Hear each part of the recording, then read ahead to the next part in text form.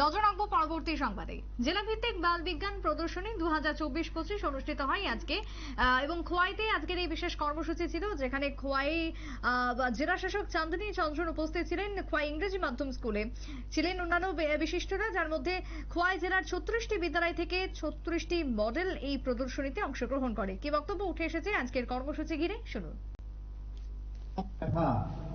তাদের যে বিজ্ঞান নিয়ে ভাবনা চিন্তা, তাদের যে শিক্ষা, তার যেন আরো বিকাশ ঘটে।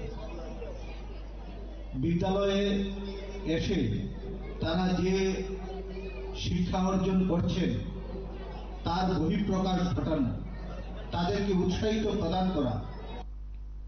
আপনারা শুনলেন খোয়াই থেকে সংশ্লিষ্টের বক্তব্য। এই ধরনের প্রদর্শনীর মূল উদ্দেশ্যই হচ্ছে পড়ুয়াদের মধ্যে বিজ্ঞান চেতনা বৃদ্ধি করা, বিজ্ঞান চেতনার এবং তার সাথে যাতে বিজ্ঞানের বিভিন্ন জিনিসপত্র তার হাতে কলমে শিখতে পারে, তার জন্য এই সমস্ত প্রদর্শনীর আয়োজন। ছোট্ট একটা বিরতি নিয়ে নেবো, ফিরে আসবো বিরতির পর, সঙ্গে থাকুন।